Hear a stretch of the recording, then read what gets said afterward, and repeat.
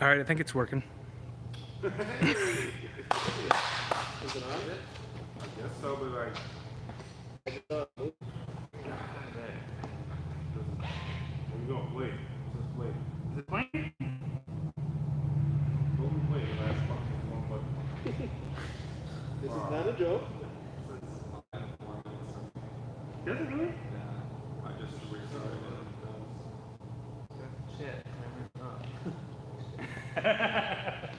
Okay, hold on. Is it live? Are we live? Is it working? Lagging like crazy. I'm not live right now. Oh, I'm hoping it's working. Everybody, welcome to our first live. It's working. We had some technical difficulties starting. We had to start a new stream. But welcome. Thanks for. Can you get the comments up? Yeah, I'll get the comments. Sorry, we're having. First one, so it's okay. Yeah, it's our first live event, so we're figuring out. Let me know if you can hear us. We got a microphone hooked up, and hopefully the sound is good. We look good. We do look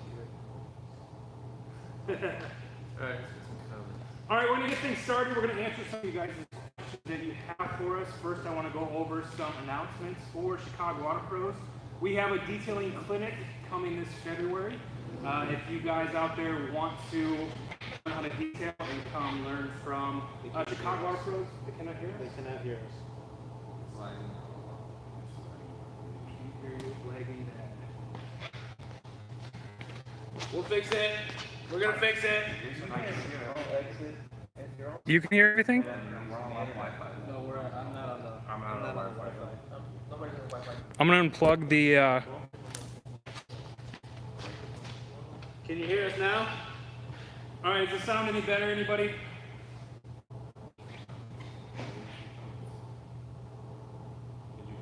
I can hear you. Alright, I think they can hear us, so let's get going. All right, welcome everybody to our first live event. We're having some technical difficulties, but we're going to get through this together.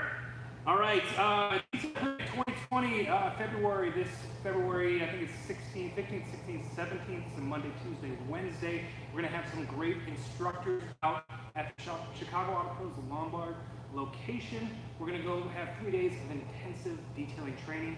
We're going to go through real-world detailing training. We're going to start off the program with how to prep a car. We're going to do a half day, how to prep, how to wash, real quick, and we're going to go into interior detailing on that first day. Second day, we're going to do some paint correction stuff, how to wet stain. We're going to have Jason Kilmer out here. We're going to have Luke Wilson, Nick Whitaker, Greg, my business partner, will be out there, and it's going to be a great time. So I hope you guys, if you can make it, it's going to be $9.95 for 3 days. All the hotel and information is on carguysupplies.com, so go check that out. We're also headed to SEMA.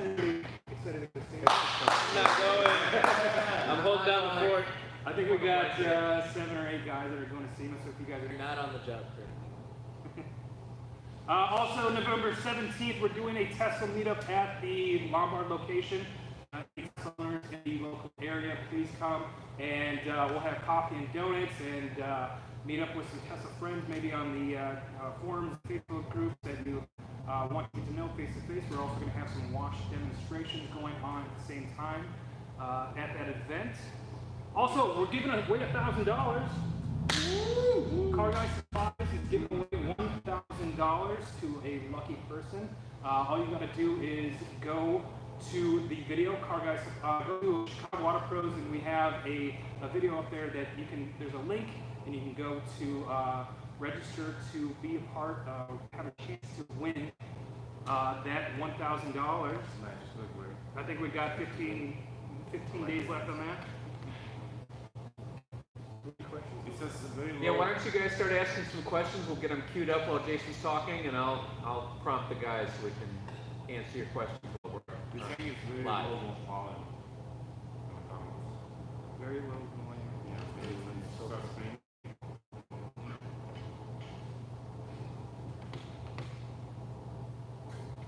If we get a little closer to the phone, can you hear us any better now? What if I just talk to you guys like this? That's scary. That's the scary thing. This is not it.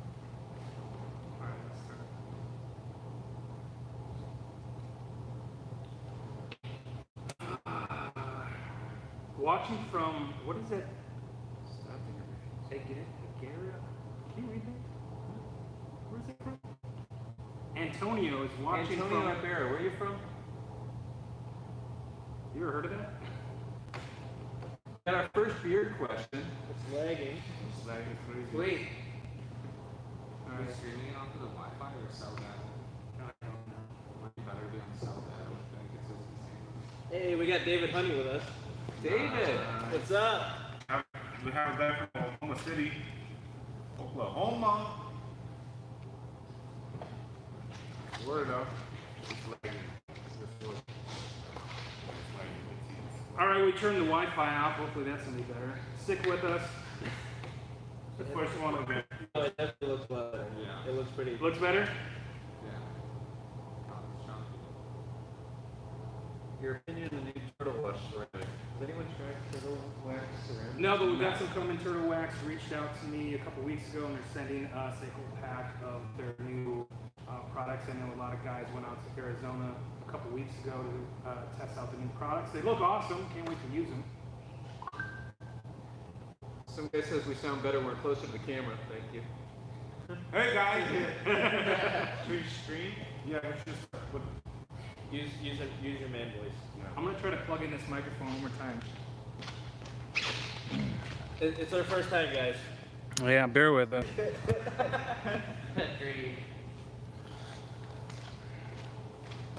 All right. We're gonna keep. You should go into the office. Yeah. We're not moving now. yeah. This is our office. Well, what we wanted to do is take a minute to introduce everybody who's here. We've got guys who work in all the different areas of our shop. We've got window tinters, we've got PTF guys, we've got detailers, we've got office guys. You want to start, Rob? You want to start down there and just say hello to your name and what you do for the shop? Yes, sir. My name is Rob. I do paint protection film at the Columbia location. Top 10. Top 10, Mike. Worldwide. Will? I'm Will. I'm the shop foreman at Glenview. We're from the whole detailing shop. Right here. Martine? My name is Martin. I'm from Colorado Bros. I'm a detailer, and I've been here almost a year and a half. My name's AJ. I'm one of the office managers here, and I kind of run the whole front end office and work with these guys. I've been here for about a year now, and just making sure everything runs properly. Thank you. My name is Tom. I'm a detailer.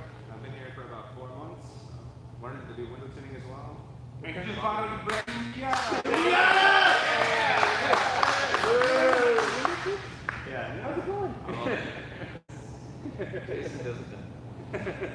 Albie? My name is Albie. I'm in the detailing working, so I've been here for 7 months. So I'm very happy that I'm here. Tell them where you're from. I'm from Kosovo. Anyone from Kosovo out there? You've got a friend in Chicago out there. Anyone know this guy? Hi, I'm Jason. He's a new guy. I do little possible.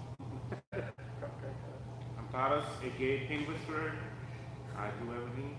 You come to take first. If you don't know me, I'm Greg. I'm co-owners with Jason. Jason does all the glamour stuff. I like this question.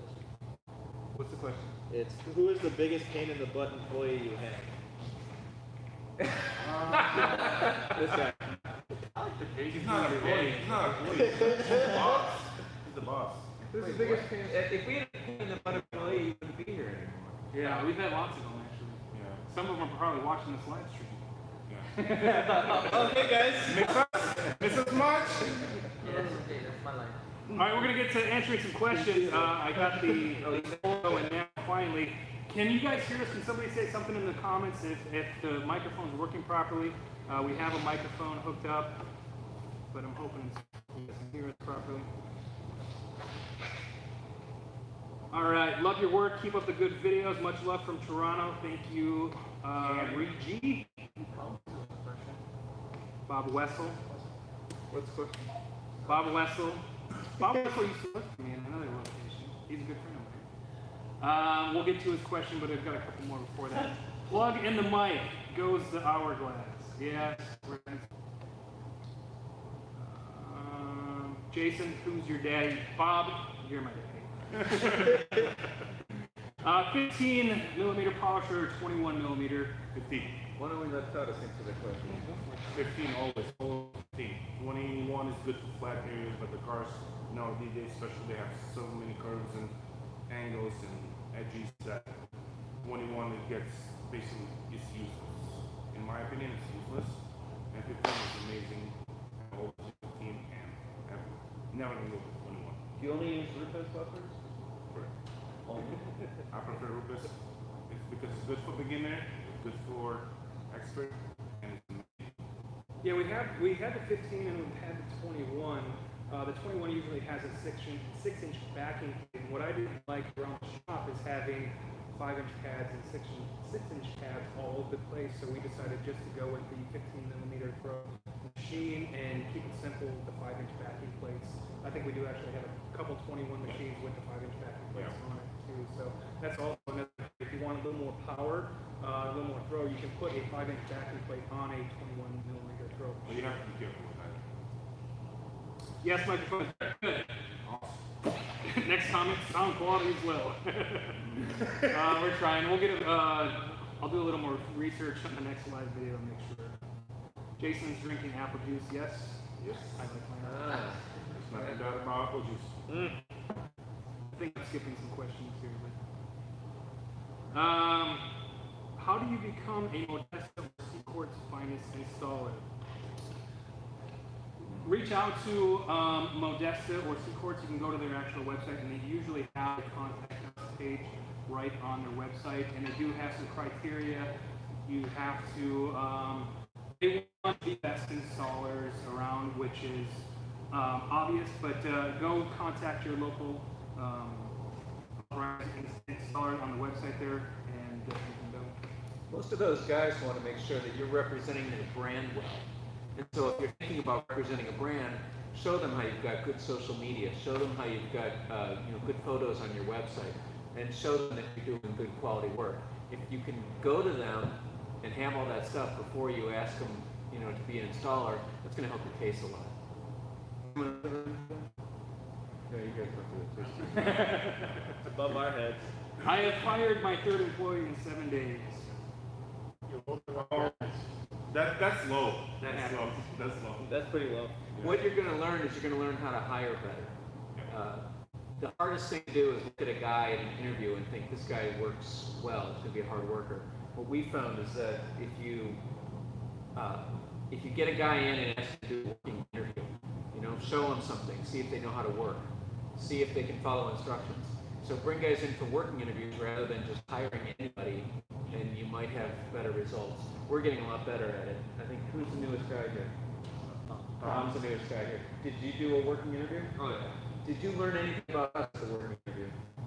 I mean a little bit, I guess, yeah. What did you learn at the working interview? I mean, it just. No, I mean, did you have a feeling about working here? Oh yeah, oh my God. I mean, everybody's so warm and inviting right off the bat. I felt really accepted, and it made me really excited to be here. So, And have we spoiled that since you've been working here? No, no.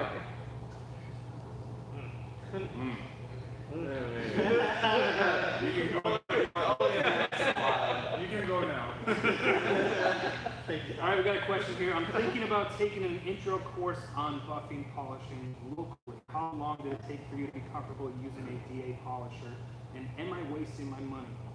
A DA polisher is a great way to correct paint, and if you do the class, and that's a tough one. There's a lot of information on YouTube right now where it'll give you good information on how to use the buffer, but getting comfortable with the buffer is actually just using it on the vehicle.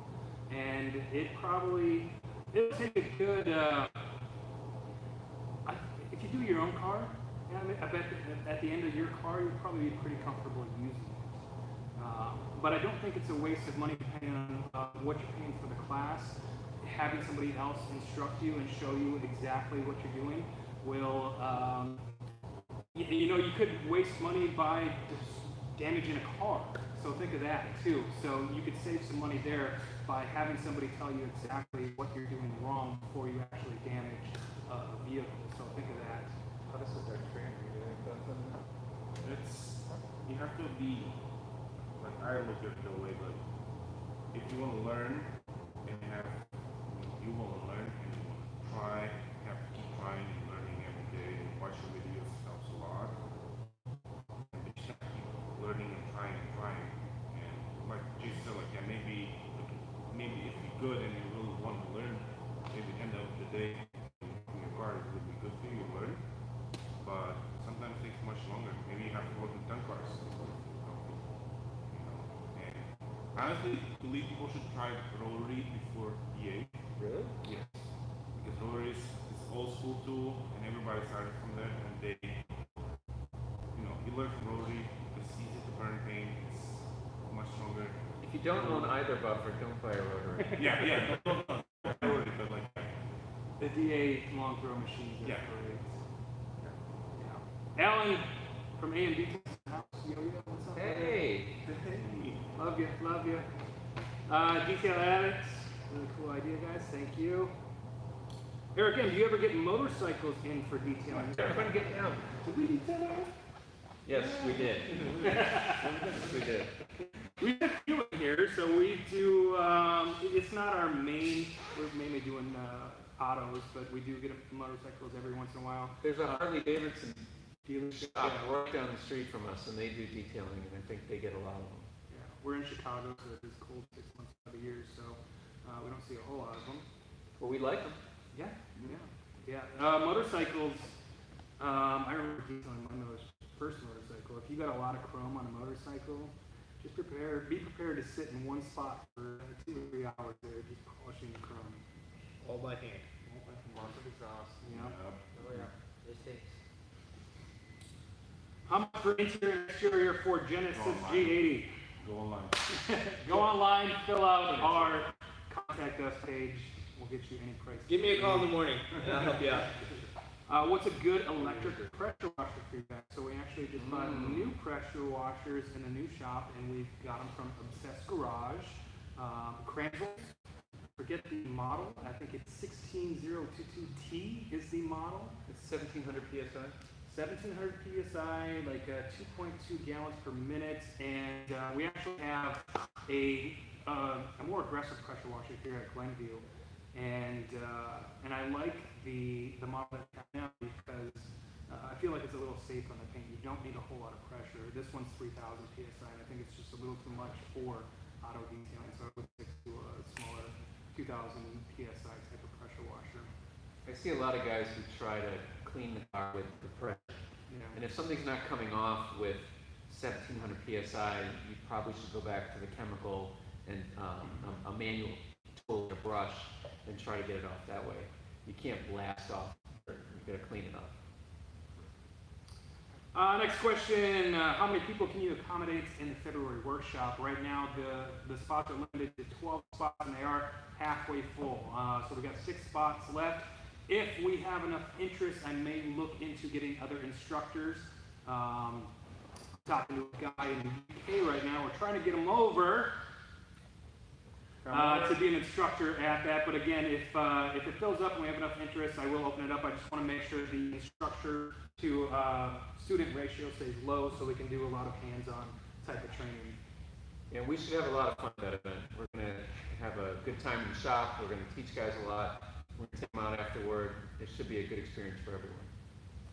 And the next comment was from Alan.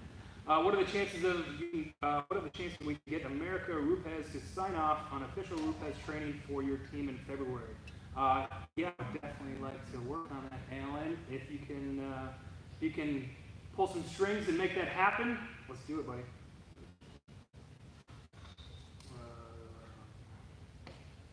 Germany. That is good. Great detail and crew. I love your videos. Best regards from Germany. Thanks, Jeff. Oh, I just skipped a bunch of questions.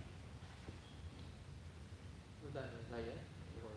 Is one of those warrior type, or do you recommend something else for upcoming winter months and rinsing off the salt? So yeah, we have one in each of our locations that we've got here off of Amazon. I think they're around $40. I don't even think they were $40, but they're great actually, because they attach right to the pressure washer, and then you have 4 separate nozzles, and they have wheels in the bottom where you can roll it right under the undercarriage there. We used to just take the pressure washer and just kind of lean down and trying to, it didn't work as well, but getting that pressure right under there, I think they're definitely worth it, especially if you're in a winter climate and you got to rinse off all that salt on the Yeah, undercarriage. salt is so corrosive. Yeah. You're a mechanical thinker. It's pretty fun too. It's fun. Yeah, It's like you using it. blend it onto the cart, yeah, it's pretty fun. Detailing is easy, like tinting. Nah, I'll fight You you. don't care about the outcome. I'll fight Do a round of intros. We did the intros in the beginning. If you want to go back and look at those. Hi, I'm Rob. We may be behind. Hey, it's Brian. Brian from Oklahoma. How do you train your new employees? Do you have a formal training guide for each job and process, or do you have the guys in that position? you. We'll have the Bible. Will, you want to talk about that? The 10 Commandments, Steve. Yeah, so we have a training guide for every service we have. We have it listed out exactly on every service you've done. And pretty much you gotta follow all the steps. We have a process for everything we do here, so everyone is doing the same job consistently. And taught us there, training all the guys on how to do it. Checklists. Checklists are one of the keys that we've used in training. And it's just starting from the beginning, the step number one, to step whatever it is, the ending process. The other thing that we've learned about training that's important is letting guys understand not just the steps that you have to go through, because you can give a guy all the steps to wash a car, but you also have to educate him on the intent here. The intent is to have a beautiful shiny car. The intent is to not have any drips afterward. So you can teach them how to clean a wheel and teach them how to wash the car from the top down, flipping the sponge and rinsing it. You also have to teach them about what the goal is at the end of the wash. And the goal at the end of a wash, or at the end of the detail, is for the car to look right. And I think that's the hardest thing for new employees to see. They get a little too close to the car, and they know they've done all the tasks, but they can't step away from the car and look at it and go, you know what, this car looks right. They can't inspect their own work. So that's another thing that guys take some time for them to learn, is how to inspect their work and make sure the car just looks like it's ready for delivery. That's true. Next one, will Chicago Auto Pros eventually do marina detailing in the future? If so, will it require more shop modifications? Will the demand be lucrative in your area? Who wants to detail boats? I'll do it. We've done one. I mean, I'll do it just because we have to do it. I mean, I don't care, I'll do it, but. Yeah. We had a friend in the business who worked, his detail shop was right next to a large auto auction. And so guess what? He did auto auction cars. So if you have a detail shop and you're next to a marina, you should do boats. For sure. And make sure you charge it good enough. Yeah. For us, we're not doing boats. We're just not set up for boats here. I don't particularly like doing boats because they take a lot of time. And the paint is much different too. Yeah, a lot of them are gel coat, and it's a different type of material that you're working with. Yeah. You gotta understand different parts of the boat, like below or above the water line. Yeah. Making sure that we put what's right for each location. Yeah, and usually, I mean, if you're gonna bring a boat for a location, it has to be on a trailer, and then we have to have something connected to it, and it's just, there's not a whole lot of room here to have a truck connected to it. But We've done ceramic coatings on new boats, and that's been very lucrative if you charge right for it. And in the winter when it's slow here, we'll take a crew of guys, we'll go to a marina where the boat's in dry dock, and we've done ceramic coatings, and those have been good jobs, and I think everyone's had a good time doing it. 3D printing dentist. Is that David Honey? That's David Honey. Nice. I bought a few panels off of junker cars when I was practicing back in the day. Yeah, that's a great way. That's what we're going to be doing at our detailing clinic coming up. We'll have some junker hoods, and we'll practice wet sanding and paint correction. That's a great way to learn. Fortunately, I have to take off. All right. Okay, Will's out, everyone. Everybody having a good time now. Well, good. Dave. Thanks, Will. See you, buddy. See ya. Hi from London, UK. What's up? Oh, really? Arson? Ask them to see which club is It's important. Which football team? Bob Wessel, start off with the Porter Cable 8249. I think that's the wrong number, but yeah, I agree too. Start off with that Porter Cable machine. A lot of people are up for that. That's the least expensive way to get Yeah. into it here. And the thing is, it's pretty aggressive too, so you have to be careful when you're using the machine too. So you have to go speed. What speed do you buff on when For Rupes, I go 5.5, 6, depends on the paint. when you're compounding? Yes, depends on the paint. What speed do you polish at? 4, 3, That's a pro. yeah. If you were new, would you start slower? Not necessarily, no. Train guys in 6? Yeah, 5, 6, yeah, for sure. For sure. Because I want to get guys comfortable with it as soon as they possible. I don't want them, you know, my training can be done, they can be learning faster, and I'm happy. And I can tell them the points, how to do it and where not to do it. Okay. Shay's Luxury Detail, Aloha Family, GP20 for life. What's up, buddy? See you in about a week here. Yep. Shout out to the PPF crew. What up, My name is Rob. man? and PPF. Killing it, by the way. Mm-hmm. Hello from Barrington. Hello. Will you guys be at Mobile Tech Expo in Orlando? Actually, yes, we will be. We're actually going to have a booth for Car Guy Supplies at Mobile Tech this year. I haven't been to Mobile Tech, so me and Alan from AM Details have a booth together. So I'm excited to be down there. I think some of these comments. Sorry, we're catching up on the comments. What's up from Old South Auto Detail in Ellaville, Georgia. To the crew, what makes the atmosphere enjoyable to work there? Packs. Can I help? Okay, go ahead. I have a good answer for it. All right, good. It's We don't want anything. it's about the feeling you get that when you come to work. It's not like it has to be work. But like here, we're a family. We joke around, we goof around, but in the end, 90% of the time we work, maybe 95. And we always can trust in each other. Like we always count on each other. We help each other.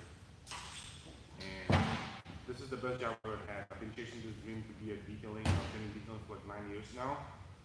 And here, I feel like I belong here because everybody respects me and I respect everyone. Every morning we come in and we at least do a fist pump. We always talk about, at least 5 minutes we shoot shit around, like doesn't matter. But in that, we still work. And at the end of the day, we still say bye and we don't leave besides shaking hand or giving a fist pump or giving a hug. That's super important for our company. A lot of it is the culture that we kind of built Yeah. around everything that we have around here and all the people that we kind of work with. I take a lot of it into like running the shop and dealing with Rob, and I pretty much deal with all the shop foremen. So Will's the detail foreman, Rob's in charge of PPF over there, Oscar with the tints, and a lot of it is making sure things that everybody works cohesively and the morale of everybody is working good as well. Because I'm the bridge between the customer and them. So I have to make sure that everybody is on page and everybody's on par. We kind of work through it and we make sure that everything is good, just so we can make sure that the quality that we want for people is there. And that, I can't be afraid to tell somebody, hey, this looks like shit, you got to redo it. It's a lot of times it's us just working together and making sure that everything is good, and just a cohesive unit is what's gonna give you the quality that we like to offer for everybody. But in the end, I call these guys my family. And then it's a family. Oh, anyone else? Yeah. Yeah. Well, everything Tasha and AJ does the same thing. We don't do it every day. Yeah. Come in, say hi to everybody, and then wherever is on the list we gotta do, we do it together. If we see somebody behind, we jump in, help them to finish quicker, and then at the end, everybody signs people. Work hard, play hard.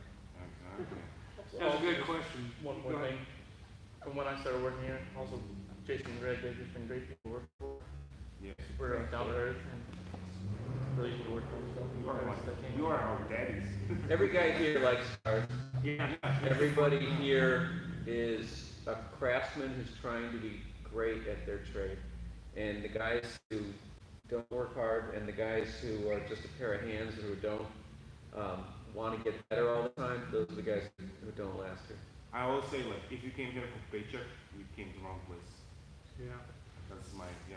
We do pay you. Yeah, no. Like, yeah, you get paid. Yeah. You get paid? But like, if you came here for paycheck, that's the wrong place to work at, first of all. That was a great question. Thank you, Chris. Keep the questions coming. Next question from Ethan. Who has the most chest hair? I've got like 3 strands. I know hair. I'm a pretty hairy dude. I got hair. You're pretty hairy too. Oh no, I'm hair right here, but I'm I'm pretty good. I can't even grow a full beard. I'm certainly in the race. Supplies.com, and then click on Detailing Clinic. You can register for that class. Rob Way.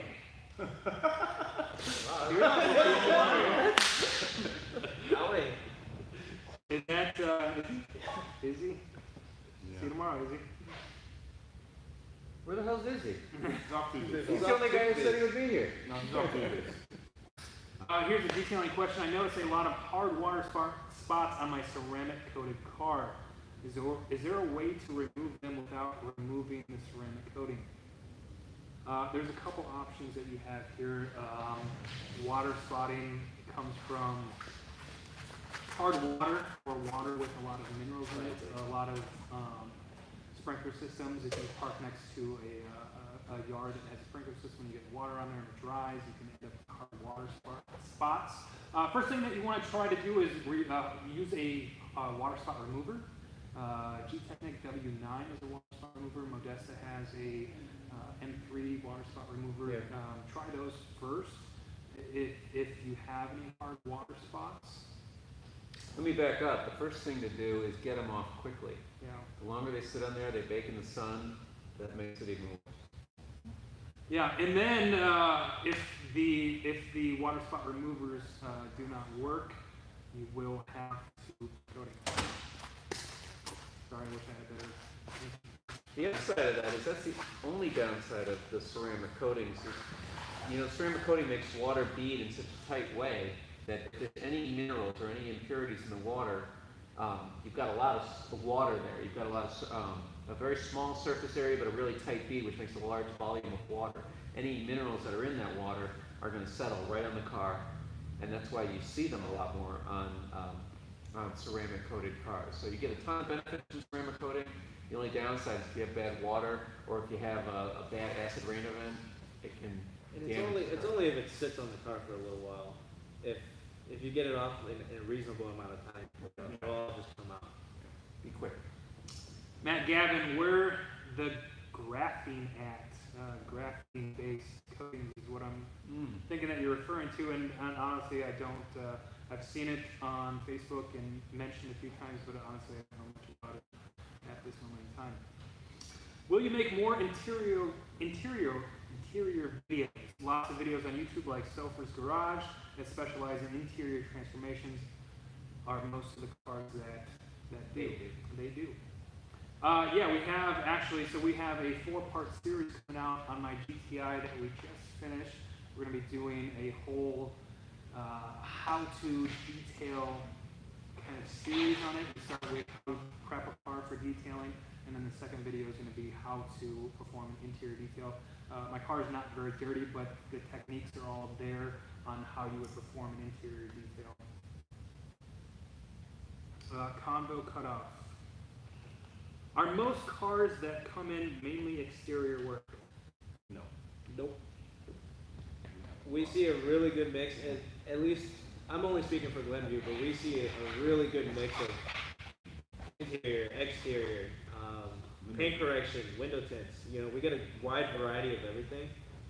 Currently, Rob's booked out like almost a month, so paint protection film is really, really popular with us, and coatings is, we see a lot of things, but mainly it's a weird kind of trend that we see throughout the year. It's like certain times you kind of expect this is going to happen, and then out of nowhere, boom, you just get a bunch of coatings. Like last week was a lot of just kind of more basic details, interior, shampoo the carpets, the seats and everything, and basic exterior maintenance details where you just do a polish and wax. And this week we have a bunch of paint corrections. Like it doesn't, not to say that it's unpredictable, but you can kind of see the trends coming. You can kind of, when you pick up the phones, you start noticing more people asking for certain things. Of all the detailers here, that's the back row. Do you guys, would you rather do an exterior or an interior? Yes, exterior. Exterior. All Exterior. Everybody? Right. I like the vacuum. Yeah, me too. Yeah, you like interior too? I like cleaning dashboards. I don't know, I feel like that exterior detailing is just boring to me. No. I mean, it's just I- hours of just staring at paint. What do you like feeling about the vacuum? vibration? I don't know, it's quick. When the car is all beat up from the outside, scratched up and everything, and when you correct the paint and put it in the sunlight and just like reflecting, and you see the like, holy crap, this not. I think we can all agree though that we all hate cleaning glass. Yeah. That's hard. That's the thing you have to learn. I mean, it doesn't matter how long. I've been doing this for 8 years, so. Or I think there was a question on how to clean glass. First of all, it's not the glass cleaner, it's you, and it's the towels. Yeah. Towels are the perfect. Yeah. If you don't have dedicated towels just for clean glass, and if you don't segregate those towels so they're not washed with anything else, don't ask any questions about detailing glass. Yeah, get a lint-free towel for window cleaning. You need a special towel that just made for window Those are cleaning. called surgical puck towels. We got a video over at Car Guy Supplies, YouTube, if you guys want to go over there. We have more how-to videos on the Car Guy Supplies channel. And we have a window cleaning video you can go take a look at.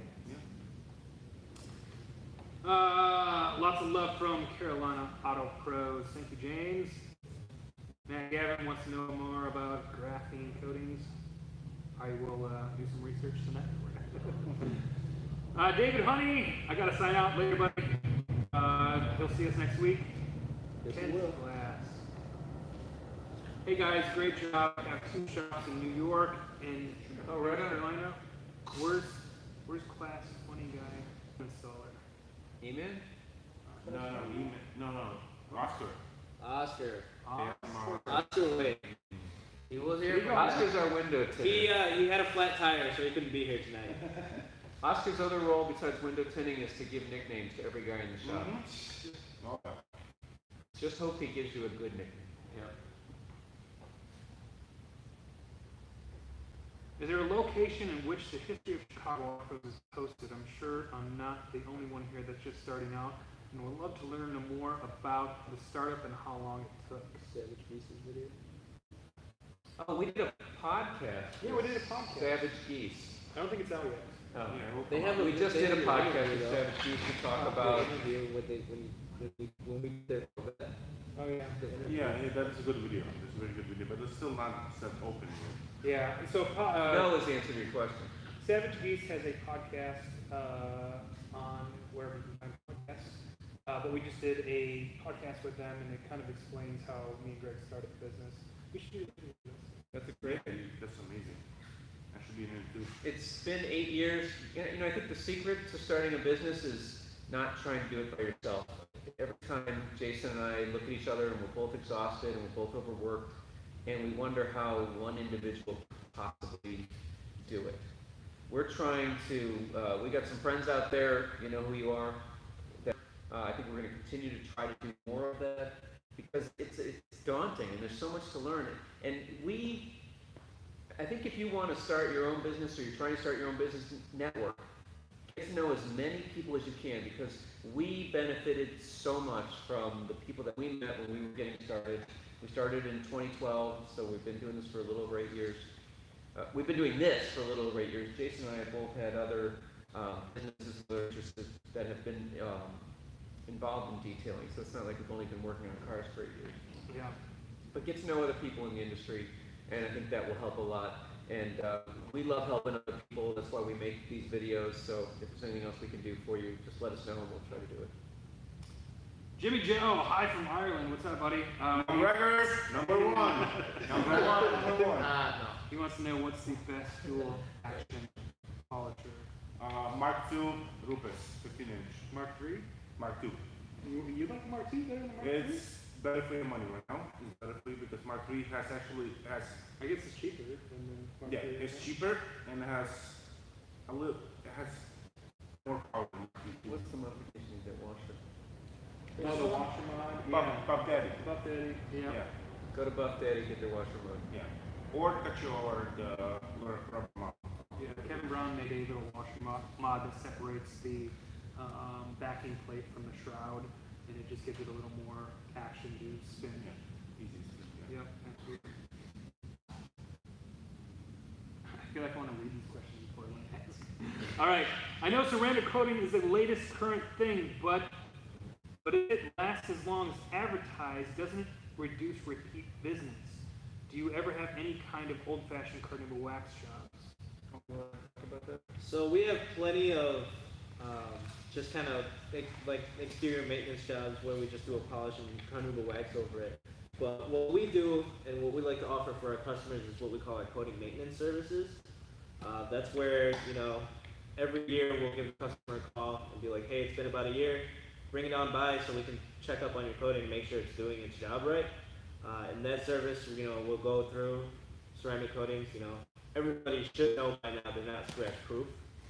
They're pretty scratch resistant because they're harder, but they will develop some minor marring.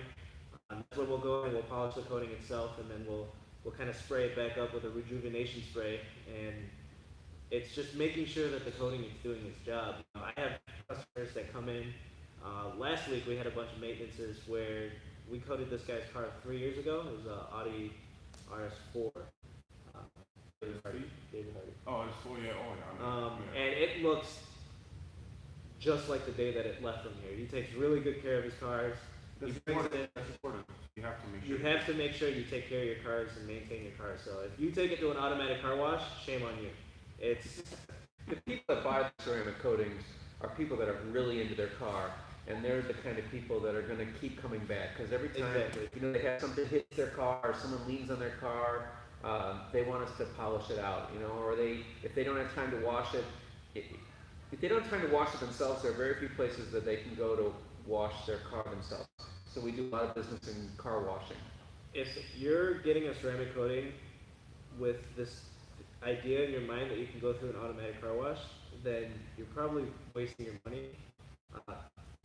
Don't get a ceramic coating unless you actually want to maintain your car, and it makes it a lot easier to maintain your car, but there are some steps that you have to take to ensure that the coating, you know, has the longest longevity that it can.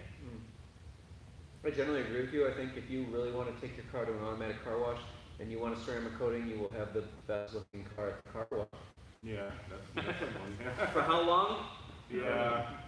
Yep. All right, moving on. I applied Dr. B's paint sealant in mid-September. I'm wondering if applied too early to get through the winter here in North Carolina. Anything else I should do for it to last, or am I good until It's spring? October. Detailer? It's October. What? Yeah, September, you're fine. September, no. Dr. B's uses a great product. Their paint sealant, we use a lot of their products here. Only make it through the winter in North Carolina. So, But make sure you wash the car often. yeah, that's the most important. Yeah, You wash your sure. car every couple weeks. Yeah. It's the detailing gods. I don't know about that. You guys are awesome, and I love your channel and have learned so much from all of you. Thank you, Danny. Appreciate that. With leather coatings, is it possible to spray on application? I haven't seen anything for a spray on application for leather coating. It doesn't mean it's not out there. But I'd have to think that spraying it on, especially on the interior, there's probably a lot of Overspray. pieces and parts that you don't want to get overspray on. So obviously I like spraying coatings on wheels, but I don't know about interior. Moving on. Breaking out those coatings too seems to be very important. Yes. So I can't imagine you could spray it on and just leave it. Probably. That's different, yeah, and you have to be careful with those. Even the leather coating that you apply by hand on the towels and stuff, you have to be so careful with it, because if you don't put it enough or you don't rub it enough, it's gonna like actually make it spotty and spotchy, and like actually might look worse before you do that. So you know how to do it. That's important. Learn from Tata. Yep. Oh, just One on bring it one. to us, we'll fix it. Auto King Detail, I started offering ceramic coatings. What ceramic coating product should I offer? Something user-friendly but good quality as well. It's a big question. It is. I mean, the coating that you should offer is the one that works for you. I mean, you're going to have to test different coatings and find the one that you like to work with. And the one that you like to work with is the best one for you. I think that people come to us and they trust us to put on a ceramic coating. You know, it's like people ask all the time, what's the best wax? There isn't a best wax. The guy putting the wax on is way more important than the wax you're putting on the car. That's a great point. I think the same thing with ceramic coatings. You find something that you like to work with that you think looks good, it's way more important that you prep the car properly and that you do the application properly than it is what coating you're using. We found the ones that we like, and That's it what was a we're lot. using. That's what we're using. Yeah. I mean, there's hundreds and hundreds now. 5 years ago there was a couple. Now hundreds. And we just use the ones that we trust and Yeah. we stand behind them. There could be a better coating out there, we just haven't found it yet. But when we find it, we're gonna switch to it. Yeah, find a coating that you like and learn how to properly install it. Brian Owens, love watching you guys from Ireland. Another one. 2350. Thanks for watching us. Yeah, And thanks for over staying there. up late. Yeah. Oh yeah, it's Ireland 6 hours in front of us, 7 now. So Right. What time Yeah. we go then? Or not? so 7 plus 7, 2 in the morning. No, he said it's 11:30. What is the most disgusting item you have ever found in a car during an interior detail? I got one too. Let's go. I got dog feces. Woo! Was it dog? Was it dog or I human? thought it was the No, old it was lady. everywhere. It was diarrhea. The old lady. No, Oh, that was God. the old lady, dude. I remember. Yeah. Nah, it was the old. It was No, no, it was the gentleman. Oh no! What about 2 weeks ago? Oh, the Outback. the piss in spare tire. That was pretty bad. That was pretty bad. Our advice is if you find these things in a car, send them to another detail shop. There's not an amount of money. Or charge them that ridiculous money they don't want to do it. Yeah, I'll clean it for $500. Make it worth your time. Yeah. Is what Exactly. it is. Well put. So, in the case of the Subaru a couple weeks ago, we had no idea. It was during the prep process and everything, and I guess it was filled. The spare tire was in it, but it was filled to the brim. Yeah. It was filled to the brim with I was urine. using mask. Urine? Yeah, Yeah. and she had no idea. Oh, you know. She was just like, from what? I have a feeling she pissed somebody off, Yeah. and somebody they just did a piss they in just it.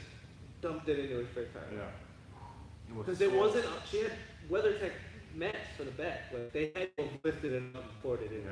It was When I bad. opened the door to clean the door jam, Yeah, he threw. I was already to throw out. We found sex toys. we were almost done. Like what's morally disgusting. I found pornography before. I found one guy, he brought his car here, and it was his daughter's car. We get this a lot. Like their kids come home from college, the car's disgusting. Like they bring it to the detail shop. Hey, clean my kid's car up because they're in college, they can't afford it, and they're disgusting. And I can't stand to look at this. And so this guy brings his car in, and he tells me it's his daughter's car, and we're happy to clean it. And we find a used condom in the car. I know. I already pointed that. And I thought, you know what? I'm a father. I'm gonna call this guy because I just want him to know that there's a used condom in his daughter's car. I would want to know if I had a daughter. And I called him and I'm like, hey, I just want you to know. I'm sorry to tell you this, but there's a used condom in your daughter's car, and I just wanted you to know I'm a dad too. And he goes, oh yeah, right on. He doesn't say that. She's acting. She's acting. Jenny! I'm not saying, but he had a tie-dye Grateful Dead t-shirt. I don't know if that means anything. Well, I have a good I'm story. next. too. I have a good story. Like, I used to work for the guy that used to buy cars from auction. And he bought a pickup with a shore bed. And between the cabin and the shore bed, there was a plastic Ziploc bag stuck in it. And I pulled it out, and there's like, I don't know the measurement, but there's like over 2 grand of worth of weed sitting in it. I've seen that quite a bit. Yes. Or what about Andrew Bouchard's? That's not upsetting though, is it? the customer's No, but track it's- hawk. The track Oh, hawk. the stolen one. The stolen track hawk. Yeah. Oh my god. Wrong number. So good story. We were wrapping this customer's Jeep Trackhawk, and throughout the whole process, we take the badges off, so we can lay all the pieces in one piece, and then we'll replace the badges afterwards. When we go to order the badges from the Jeep dealership, the VIN number came up as a Jeep Wrangler, and they just didn't believe us that it was a Trackhawk. And we were just on the phone with them, like, no, dude, I'm staring at a Trackhawk. This is definitely a Trackhawk.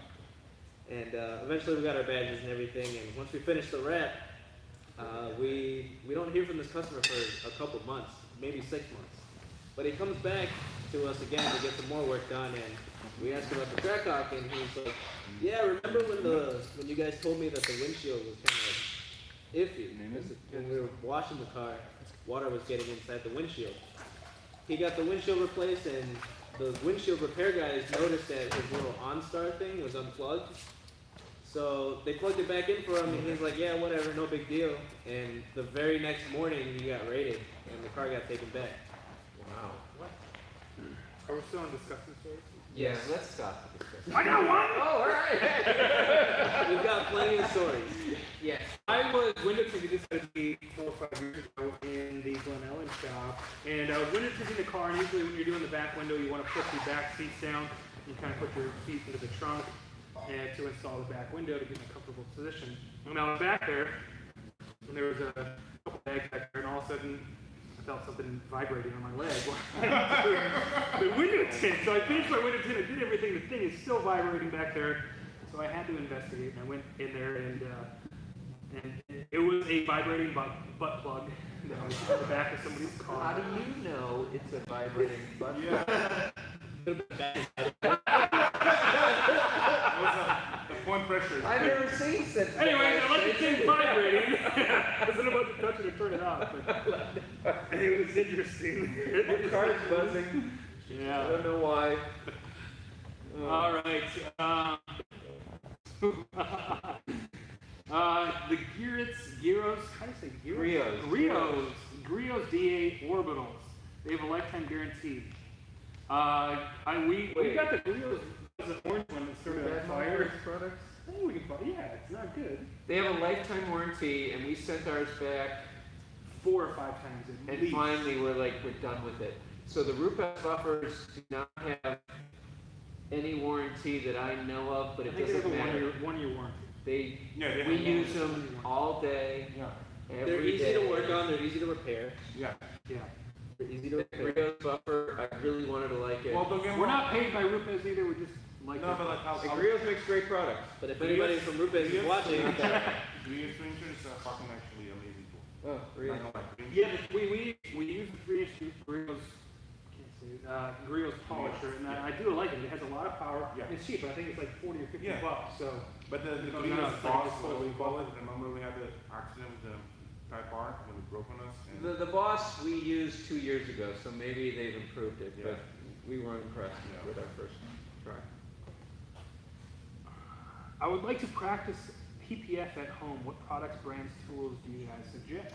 Rob, For tools wise, I'm not gonna get too crazy with it, but I love a lot of the tools that Fusion makes. They have a lot of great line of squeegees. Just depending what's more comfortable for you, they have a variety of diameters when it comes to their squeegees. I'd probably, if you're starting something in the middle, so you can get a nice pressure, but not also scratch the film to a point where it's not healable.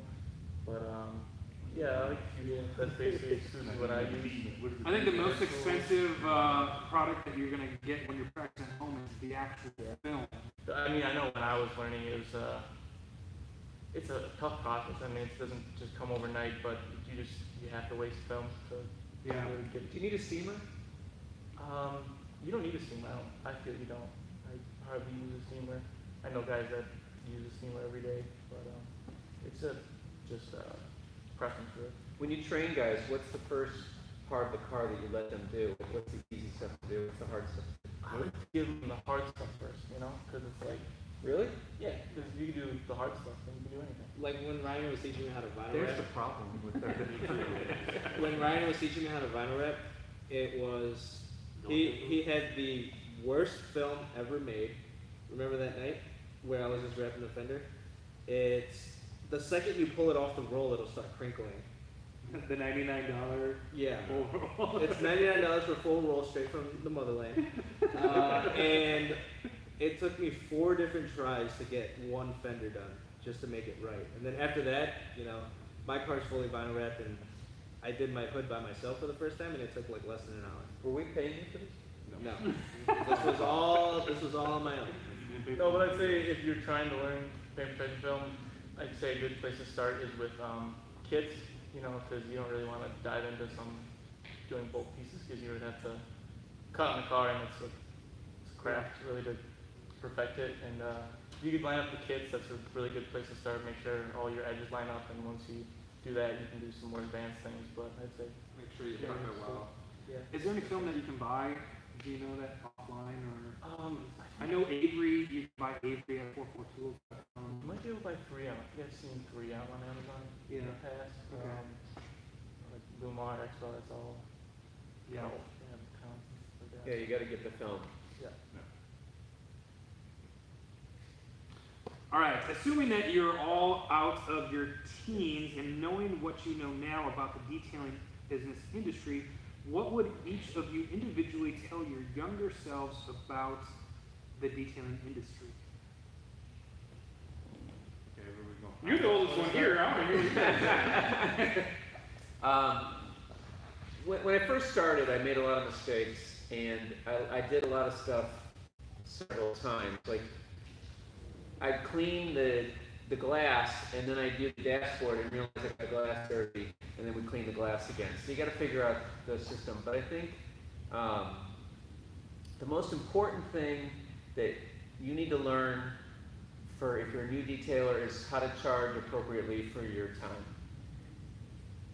If you want to think about what you would, if you got a job, if you want to become a detailer and you start your own detailing business, if you weren't doing that, you'd be working as a detailer perhaps. And how much would you like to make per hour? Take that number and then double that. And then figure out how much overhead you've got, and that probably doubles it again. That's how much you should be charging for your work. And I think that's the biggest mistake I see detailers make, and it's the biggest mistake I made. I realized when I was young I was charging not enough for a car, and I raised my prices, which was very nerve-wracking, and I didn't lose any business. And it was like, oh, clearly the market will pay more for it. So I guess that's the biggest thing I go back to tell myself is you can charge a reasonable amount for your work, as long as you're doing good work.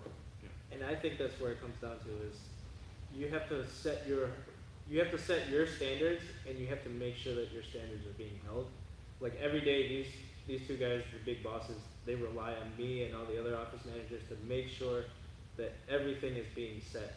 And we go through so many different quality control checks. We have Will, he does the first check, but all the detailers themselves, they all have to go through and work with each other to make sure that each step is being done right. And then finally, it's me or the other office managers looking over the car and making sure that it's good before I can call the customer. And transparency is a really good thing with dealing with customers.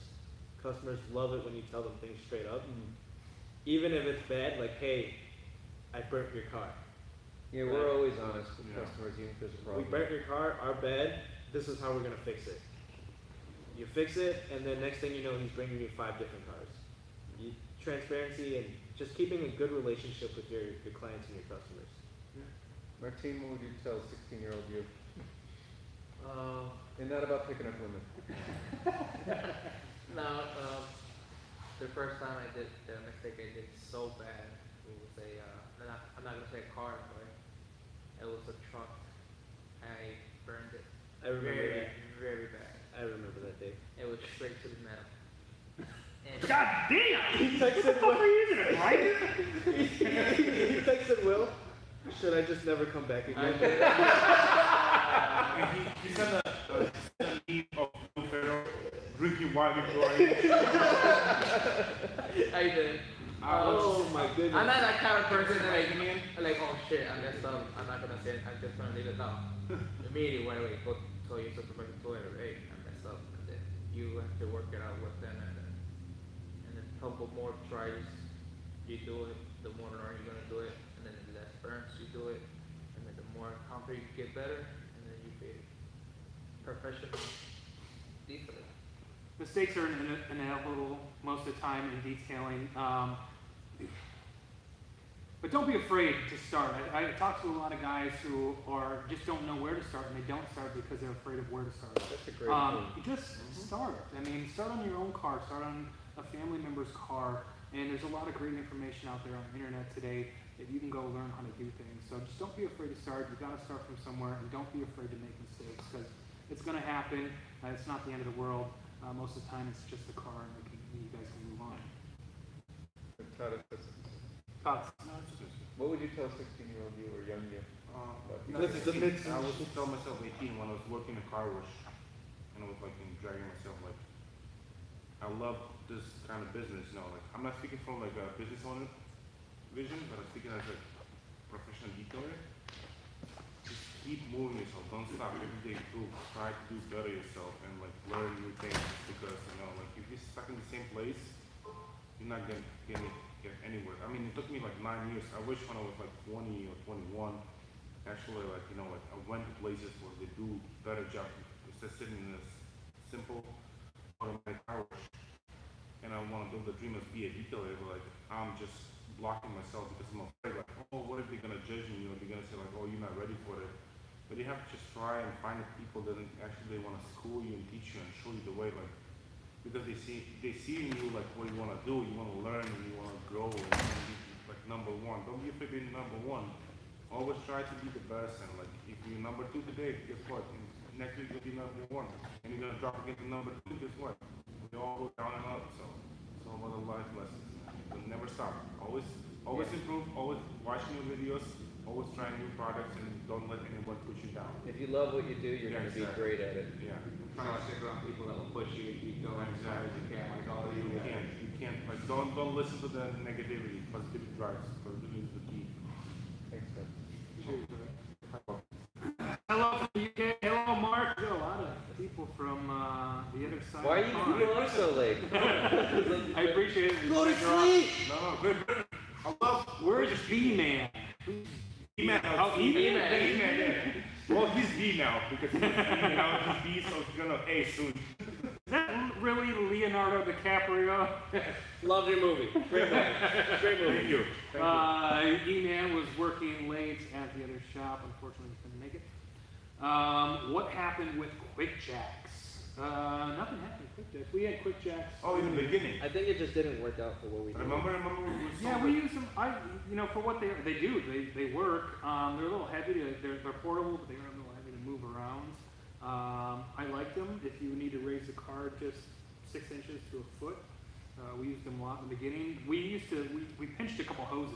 Oh, the scissor lift. And that was a pain in the ass. So we replaced the hose 3 times, and then we moved on to a 4-post lift, and we don't have to move it. It's there. It works great. If you were working out of your garage just occasionally, would you still use those? Oh yeah. You know what? I would use brace rings. Yeah. Easier. Can't Easier, break them. yeah. Yeah, the biggest problem we had was with the But hoses. if you use race ramps, you can take the wheels off. No. Yeah, sure. That's Yeah. it. But same with the 4-post lift. Yeah, no. That's what Quick Jack can come in like perfectly. If you only like a weekend warrior, Quick Jack for sure would be perfect. But like, don't use it too much. Miranda Detailing's here. Are you still here, buddy? You can. Jumping on. Mark, any tips on how I can get into SEMA next year? Just buy a ticket. You need to work for an auto company. Yeah. No, I think you can buy a ticket. They do it. Someone told me they were going to open it up to the public. They do have one day that's open to the public. I think it's the last day of the Yeah. show where you put it No, don't be friendly with the vendors or anything like that into those. I think it's like the cars. You just do do it it in the can't go to part. the business section. Yeah. From what I was aware. But Well, I know Mark, and I know Mark is in the detailing industry, so ask your boss. It's pretty easy. you just gotta register. Or if you do find your way in there, make sure you network. Talking to people will get you very far places. I hope next year I go. What's that? With all the high-end cars that you've done, anybody have you dial in their show cars? Yeah. What do you mean? What do you mean? The British Show car car. collector guy. Oh, yeah. Oh, he's a yeah. fun He boy. has an amazing car. Oh yeah, he has crazy cars. We have a customer that has tons of old British vintage cars, All roadsters. all roadsters, Not only the and chefs, Switzerland cars, he has a lot of them. Yeah. so just Crazy vintage stuff. cars. We're roadsters. And he takes all of his cars to shows, and when he found out about us, it was just a good cycle of this car, drop this car off, pick this up, kind of back and forth, making sure everything was good for the end of the season, for the end of the season shows. But now it's getting colder, so I everything's think he'll locked be back away. in spring. He'll be back in the spring. Concourse prep is a whole nother thing. Like there's detailing and there's concourse prep, and to understand what the judges are looking for and to know how to do that, you have to cater to something slightly different. Most of our customers drive their cars. Someone who wants to prepare their cars for show is looking for something very different. It requires same skills, but it requires a different focus. Yeah. And so we've done that for several customers. I think we've also done a lot of supercars that have gone into shows. but you're looking for something else and it's a whole nother price range. You also, if you're gonna take your car to concourse, you probably want a detailer to go with you to make sure that the car is presented properly as well. And you clean it right too. After you detail it right, you want to make sure that you clean it and wipe it down right instead of like start grabbing a random detail spray and wiping it down.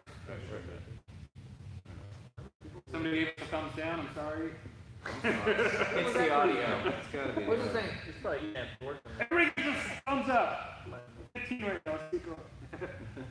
All right, moving on. You guys are awesome. Thank you. Alex, good looking group. Appreciate it. Alex is my brother-in-law. Thank you. Hey, Alex. I'll see Alex this weekend, buddy. Alex is blind. Bobby, hey, this is Bobby. Getting ready to open my first shop next year. What is your base price on a basic car wash? We $30 for the next year? 35. It's all depends on the It depends on the car. Depends on the size, and it depends where you live too. where you live, and how efficiently you're going to work. Because if you're charging $10 and you're taking an hour, Yeah, you're not gonna make money. Yeah, think about how much you want to make an hour. Yeah. And figure out how long it takes you to wash the car. Yeah, we don't even take in new car washes. We just take in car washes from. We only do appointments. we do appointments only. So don't come in. We don't want to watch the car. No, call us. Come in. Come on. If I can fit you in and you get a cool car and I like you, I'll get you. Bobby's got another question. What is the biggest challenge when you first got started? The biggest challenge was employees. No, it's true. When you're working for yourself, you can do everything, and eventually you got to figure out whether you want to answer the phone or talk to the customer just walked in, or finish working on the car that you've got. So you have to figure out what you want to do, and that was, I think, one thing that Jason and I talked about a lot when we first got started was what do we want to do? And I wanted to work with the customers, and Jason wanted to work with the cars, and so that made it an easy enough division of labor. But eventually, Jason wanted to do more videos, and he said, I want to do more videos. So we had to find more people to detail cars. And then when I didn't want to work with the customers every day because I was worried about trying to create processes and manage the business a little bit better, I had to find people to talk to the customers every day. So think about what exactly you want to do, and then find an employee who can do the other things. And frankly, whatever it is that you want to do, you're probably going to be really good at, and you're going to bring more value to the business. So find the place that you want to be in the business, hire people to do the other stuff, but it was a difficult process to find the right people. At least in our opinion, the right people are car enthusiasts and people who want to be great at what they do. So find people that have that mindset about always wanting to be getting better. It still is pretty hard. It's still It's very super hard. Super hard. But we're getting better at identifying those people. Yeah, big challenge that I had in starting a couple of my businesses was just surviving with money.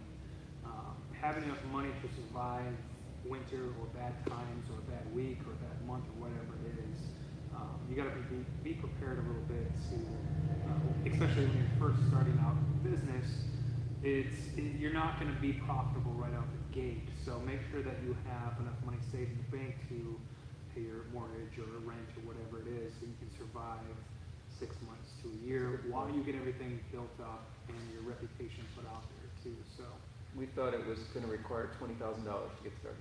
yeah. It was $100. Yeah, we also have a very big shop that we started too. I mean, if you're starting mobile, the cost of getting into business is of course a lot less. Especially when I started my business in Atlanta. I mean, it's pretty simple as long as I had a van and all my materials, and I got into business for very cheap. I mean, $3,000, $4,000, $5,000 a year in business. Don't do that in Chicago or any other cold winter climate. Yeah, but if you're starting in a good weather climate, mobile, I mean, that's a great way to start, and you go at it quick. I mean, if you have the drive and the hustle, you'll get it. But at the same time, you have to check the areas you want. If you live in Florida, There's a lot of competition. yeah, competitions like those. I come to your house, I clean your car. Be strategic. Yeah, like do a lot of research. Do a lot of research. All right, sorry, I skipped ahead. Do you guys teach a class in protective coatings? Funny you should ask. Yes, we have a class coming up in February here at Chicago Auto Pros Lombard. It is $995. It's a 3-day instructive, hands-on class. We've got some awesome instructors coming from across the country, and that's in February. You can find all the information on carguysupplies.com. What's your favorite part of the job? Favorite part of the job? Let's start with Rob. Okay, let's go. Rob, Let's yeah. go. Yeah. Favorite and least favorite. Favorite and least favorite? My least favorite is the commute. The worst thing about the job. How long do you gotta go? Okay. Yeah, okay. I don't hear nothing about You chose your way. You chose your way. Why don't you go, man? Move closer. I would like to move closer. I mean, when you guys make me go to Lombard, on the way home it's almost like 3 hours. Yeah, just the commute, that's literally the worst part. My favorite thing is literally, sounds cliche or whatever, but waking up and getting to do something I love. And honestly, it doesn't feel like a job for me, and something I'm good at and something I'm passionate about, so it's really, makes it easy, you know? My favorite thing is pretty much just the end result and seeing the customer. I'm the one that makes the initial contact with the customer, and then I'm the one handling their vehicle. Like, I have your 30, 20, 75, $100,000 car here, and I'm the one making sure that it looks great and is up to your expectations. The one thing that I hate, a lot of times, kind of comes down to how busy we are, because if things get stressful, I want things done on time. I'm a very organized individual, and I like things that, if I set it here, this is what it's got to be done. And a lot of times in this business, that's not the case. So sometimes I'm angry, most of the time I'm not. But you just have to make sure things go through. Like Tom knows, whenever I have to come out and wash cars get washed real quick. Things are so efficient. A lot of shouting involved. Things are so efficient. Martine, what's your favorite part of the job? Ooh, I got two. Yeah? The first one is the coding. I love putting code on cars, Ultra, Halo, You call my car? No. PC 8, those are the best coins for me on the car. There's a correction on it to the code. If you leave a plow on the edge of the car, that plow comes no air, nothing, it just fall off. And the second is the coding on the rims. You know the coding. Martine loves to apply service code. Yeah. That's awesome. I love it. For me, I mean, as cliche as it is, but just having a job where you get to come in every day and be excited to see everybody, you know, a great group of people, and just seeing the customer with the end product and how pleased they'll be. I mean, that's like nothing else than anywhere else I work. And honestly, help you sleep at night. You come like, yes, you know, made a few people's day, you know, did some good work, saw, you know, hung out with a great group of people, you know, makes things go smooth. Ollie? Yeah, I like coding too and compounds, so I like more like when I see the customer, when he likes his car, what we did, Yeah. I'm more happy than him. Every time a customer picks up, I'm we out. have some customers that freak out and like are like, oh my god, and then we have some customers that are just like, all right, cool. Yeah, Like, cool. I'm out of here. When we get those customers, Ollie's just looking at me going, what does he think? What did he say? Yeah, always. I'm like, he didn't say anything. He had to go. He's like, man. Spent a lot of time on this. Thomas. Oh yeah, I mean, I don't believe in the rule like, you know, when you find a job that you love, you're not gonna work for the rest of your life. But I think I found a job that like, you know. But Yeah, it's hard work. I don't believe in the rule, but like, yeah, every morning like I wake up and I come to work and I do like what I love, and I'm like, most happiest and been working and you know, in my 31, 32 soon. November 12th, my birthday, it doesn't matter. But yeah, I mean, I've been the happiest I've been, and I actually, I wake up and I find excuses to go to work versus when I used to be before work. I used to wake up and find excuses not to go to work. And that's like, and the same thing, like, I come here, I'm happy because this is like, it's not my coworkers, it's not my, you're not my boss, CEO, all these guys here are my friends. And I feel lucky to have everyone here, and like we all support each other. That's why I love this place. I love this job. And it's, it's just, now it's not even a job anymore. It's like lifestyle, I guess. I call it lifestyle. And I've been chasing this for like more than 9 years. And I told myself one night, I'm like, if I fail in here, I'm gonna change career completely. this is my last. If I fail in this, I have to change something because it's been a long time. So Greg, what are your favorite things? I love when I show up at the shop and it's a car show.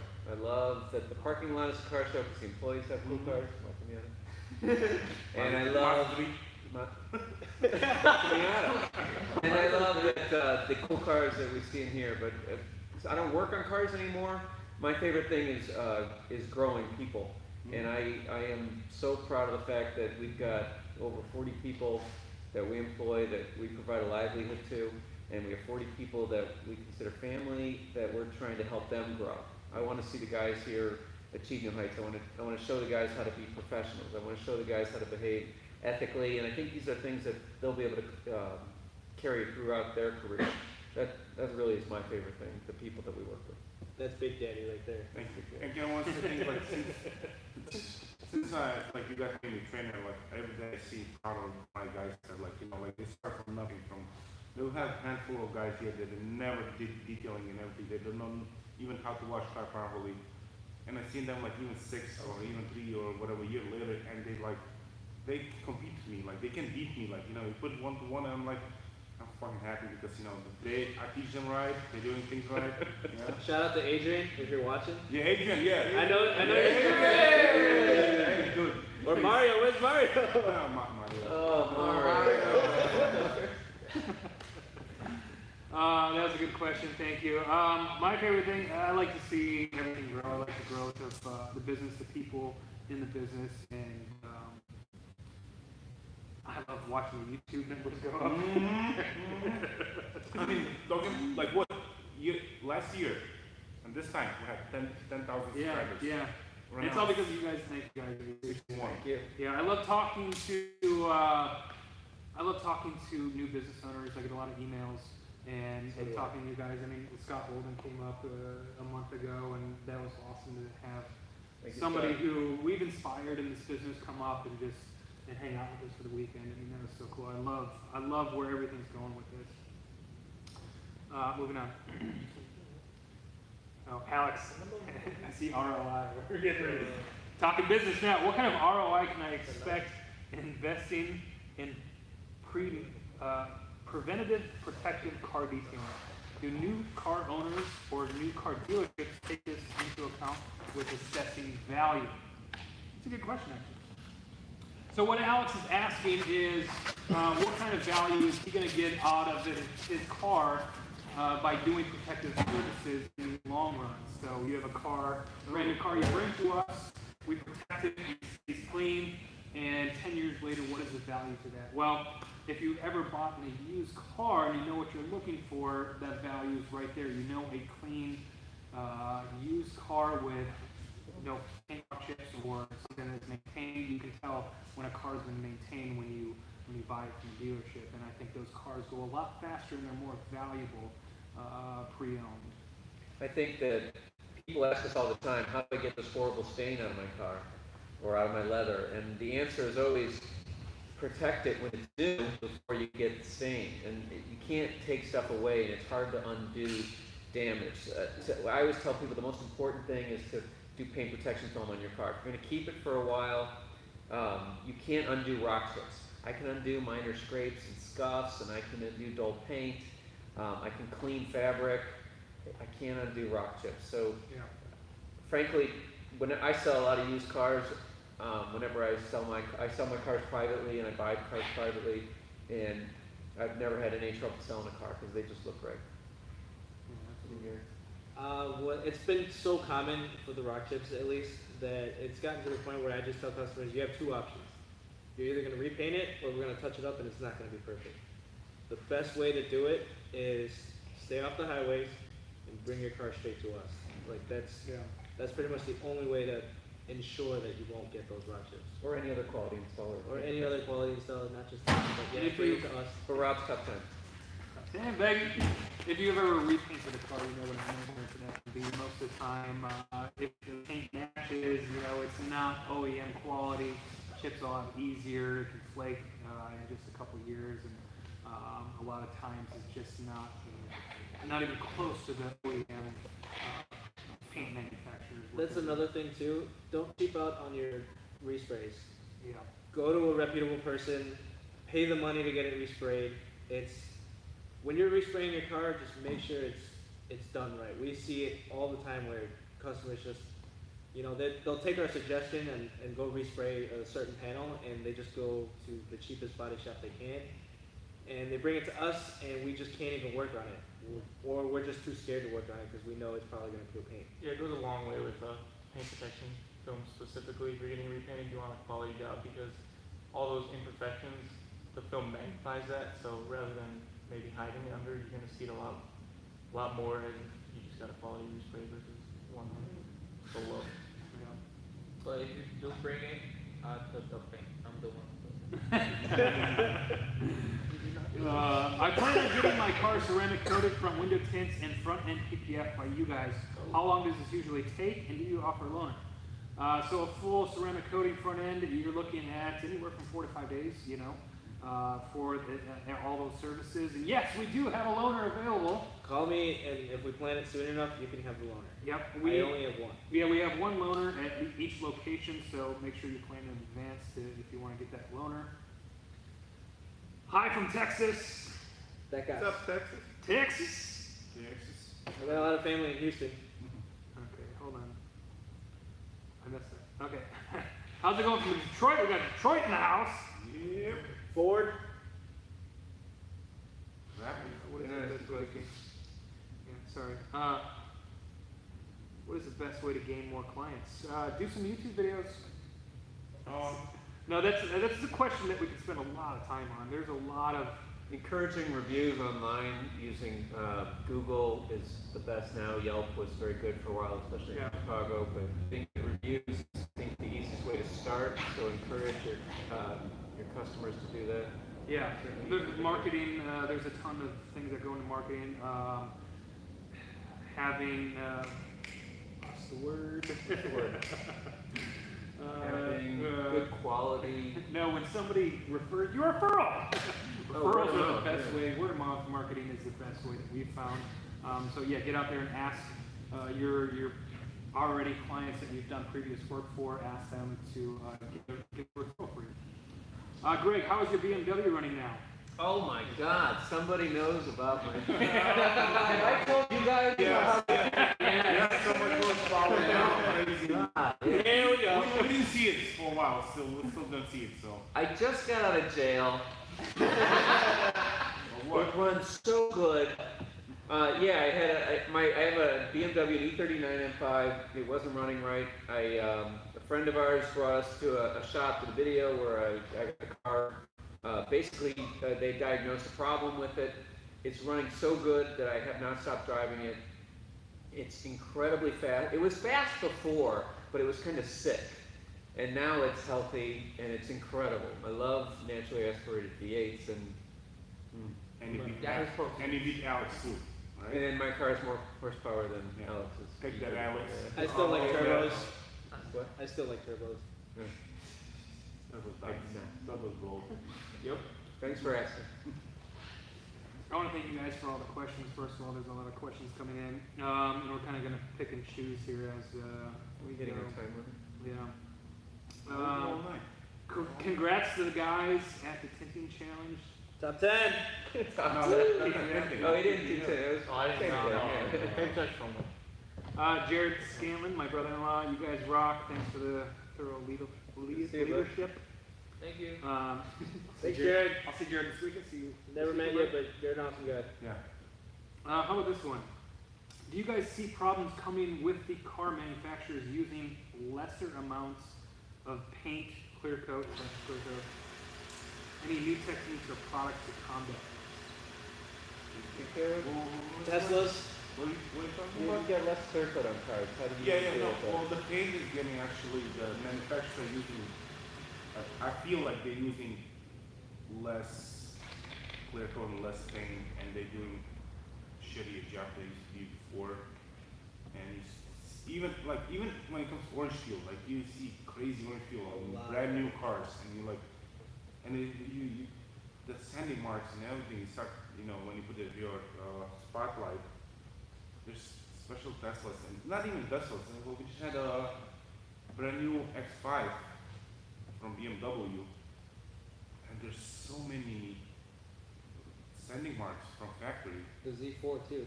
Yeah, Z4 too. Yeah, like well, the guy actually he didn't want nobody to touch his car.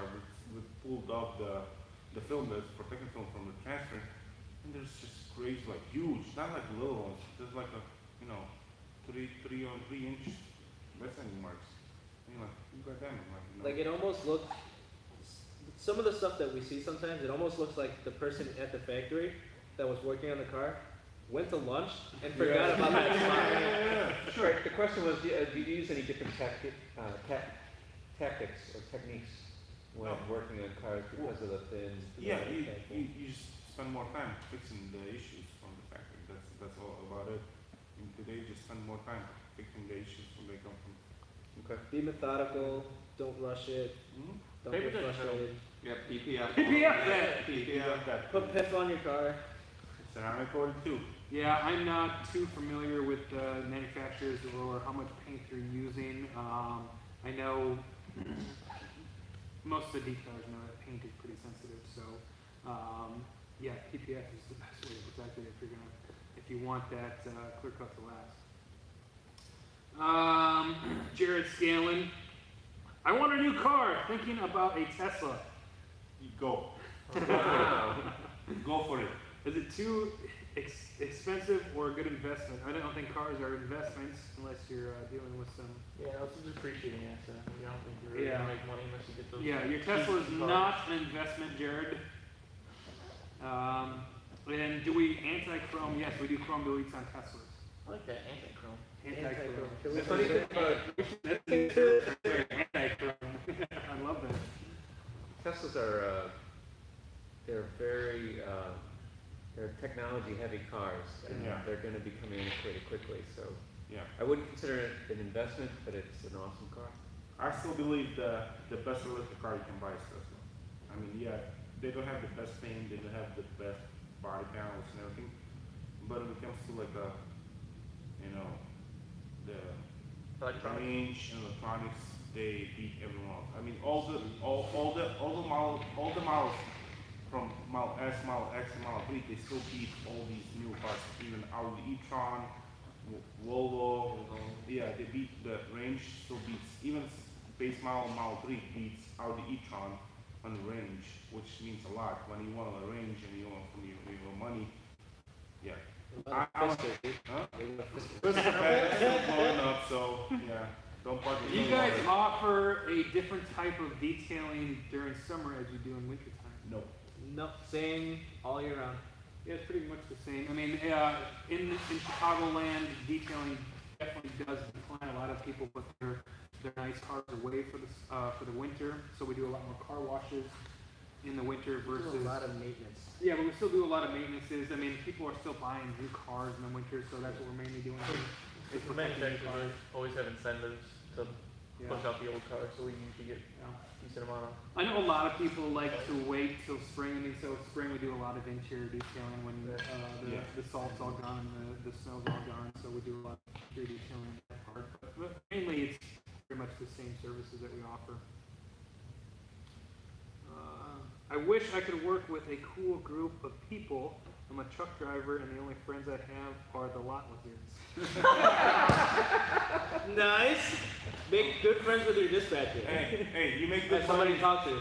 I'm sorry, CDL driving sucks, but those guys make good I money. wanted to be a truck driver at one Yeah. point. Find something you love, find a group of people you love. Yeah, it sucks to be drunk on the road for days and days and days. It's not a joke. It's not a joke. How long do you leave the RI lamps to cure the coatings, and does it really help the curing process? Yes, it does. Of course it does. Yeah, it accelerates the curing process. We leave it on for 15 minutes Per panel. per panel.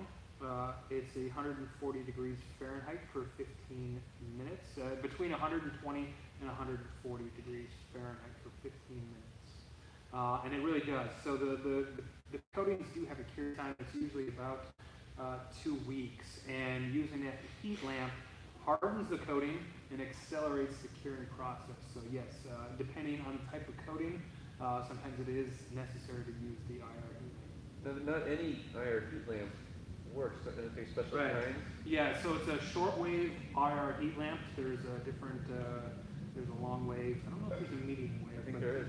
Yeah, but we use the shortwave IR lamps. I want to explain it more for you, but I don't know what they work better. But Get a shortwave we do, yeah, IR. shortwave IR lamp does. I think it heats the substrate faster from the from actually going from the outside, and it actually heats it up from the backside.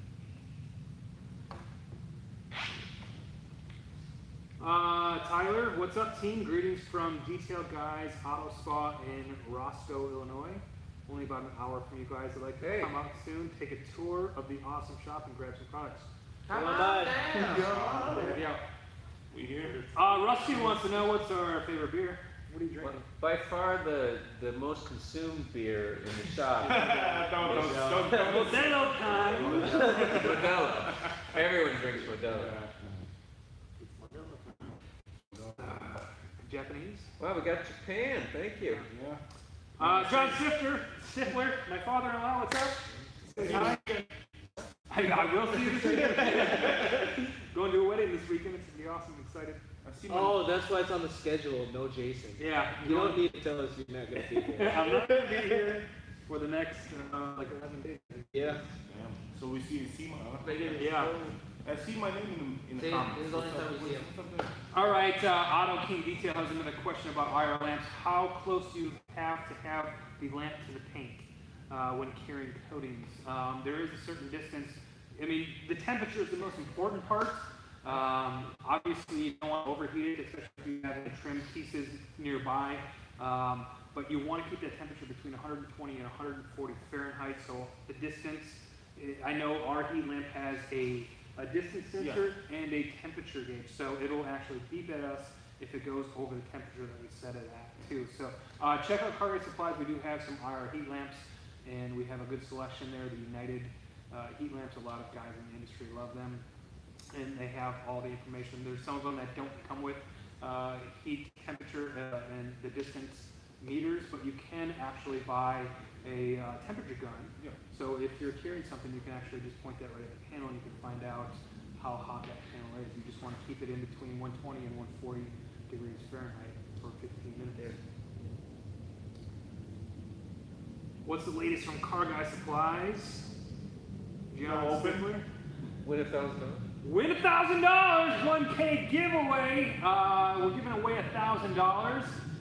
It's kind of to promote our Car Guys credit. So we started a Car Guys credit back program, so where it's almost a wholesale program. So the more you order, the more you spend at Car Guys Supplies, the more credit back that you actually get.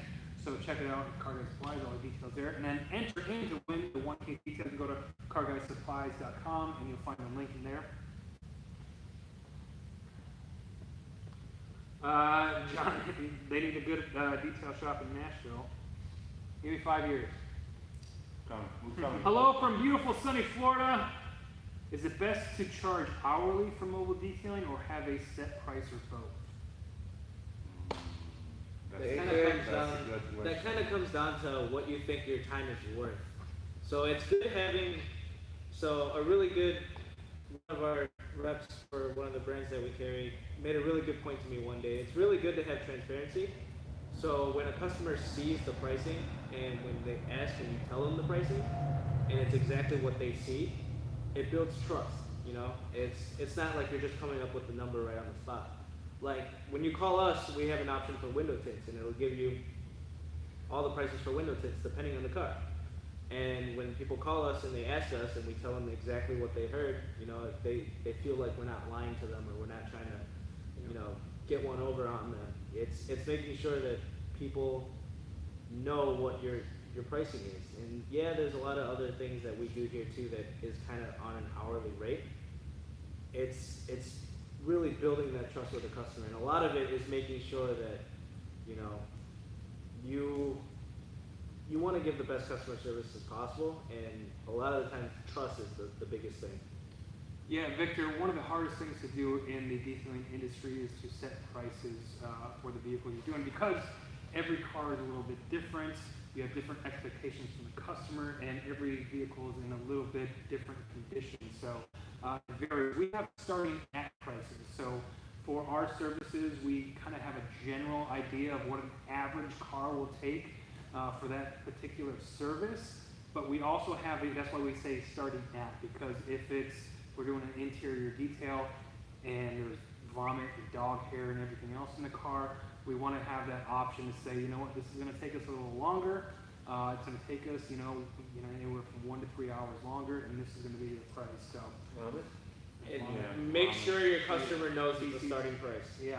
You have to set Yeah. the expectation from the very beginning. Yeah, so we like to see a car before when we're talking to a customer on the phone, it's just, this is what an average vehicle in this average condition will cost, and we ask them qualifying questions. Is there anything in particular in your car that you're looking to get cleaned up? And sometimes you get the truth, sometimes you don't. For example, we have a crime scene car here. Yeah. It wasn't that bad. It wasn't terrible, but the customer made it seem so bad. Yeah. Bullets and goals. It was in an armed robbery, high-speed chase, and shootout. But it's not that bad. Somebody else is asking about graphene. Sorry, we don't know. Honestly, we've seen ceramic coatings, we've seen titanium coatings, we've seen, what were the other ones? Most ceramic coatings are silicone dioxide.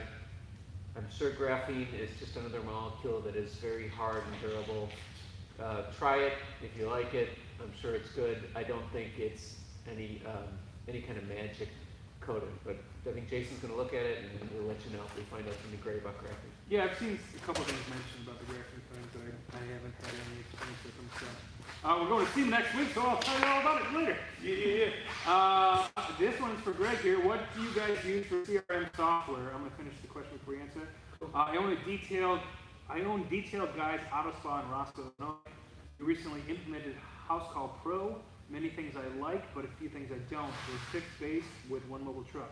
You know House Call Pro? I do not. Okay, that's a mobile software that a lot of guys are using. I know Jimbo from the Auto Detailing Podcast has a lot of great things to say about House Call Pro, which is a CRM. But I'll let you. Yeah, we went through a lot, and I think there are different CRMs that are good for different things. We did use a product called Zoho. It was okay. I don't really love it. It was really buggy. We use a product called Copper right now because it integrates with Google. It's almost native to Google. And we use Gmail and we use Google Calendar. And so Google runs our business, and we like having a CRM that works well with. I really like the flow of Copper. We like having a CRM that works well with Google. And It's been a lot easier to work with, and especially being able to look up clients and everything in one kind of organized spot instead of having to come here and go there, have 1,000 tabs open on my computer. I can have a few tabs open. CRMs are challenging. There's a lot of, they go from doing a very narrow range of things to a very broad range of things. And depending on the accounting software that you use, we don't want to bore people with it, but we use Copper. We like Copper, but it works for our business, and it may not work in the future, and we'll find something else. Eddie says, hey, Chicago Auto Pros, ELH Detailing. Eddie's from Michigan. I met he came down to the shop, and he's also going to be attending the detailed clinic in February. Awesome. Excited to see you again, Eddie. Excuse me. I've got a question about wraps. Woo! My favorite. Jake. Are wraps worth it? I always like the look of satin matte black, but don't know much about the cost and the maintenance of a wrap. So the way that I like to tell customers is, so vinyl wraps, there's a little bit of misconception to it that some people think that we're protecting against rock chipping or the environmental contaminants. It will not. It is, the way that I like to put it, it is pure aesthetics. If you're that kind of guy that likes things to look a certain way, it's definitely for you. Like me, I'm a very, I don't know how to say it, very tactical kind of guy. I like black. I have a black knife, I have black, stuff like that. I like things blacked out, right? Yeah. He was a Marine. So it's just my personality, and I like it because you can kind of make your car into your personality. you know, Nathan, who sits next to me, has a rainbow-colored Mini Cooper. That tells you a little bit about his personality. At least for me, you know, wrapping it is definitely the best way to get like a cleaner look, and it's a good thing because if you get bored of it, it's a lot cheaper than a paint job, and you can undo it. I think that's the biggest thing though. People realize that it's not a paint job, it's only for fun. Like you don't really want to. It is It's not not a made to be permanent permanent. solution, No, you know? it is not made to be If permanent. you want to at change all. the color for a year, 2 years, it's great. Other than that, I don't think. Stay tuned for my next rip. Look at Instagram. Yeah, that's pretty much that. Maintenance, you kind of just take care of it like you would regular paint. You wash the car, Protect it first. always protected. My car's coated on top of the vinyl. If you didn't know you can do that, G-Technique makes a great coating. We put Halo on your car. How is that still? Halo is still beating like crazy. It's been about a year now. About a year. It's been about a year But now. we still use products to. I still, so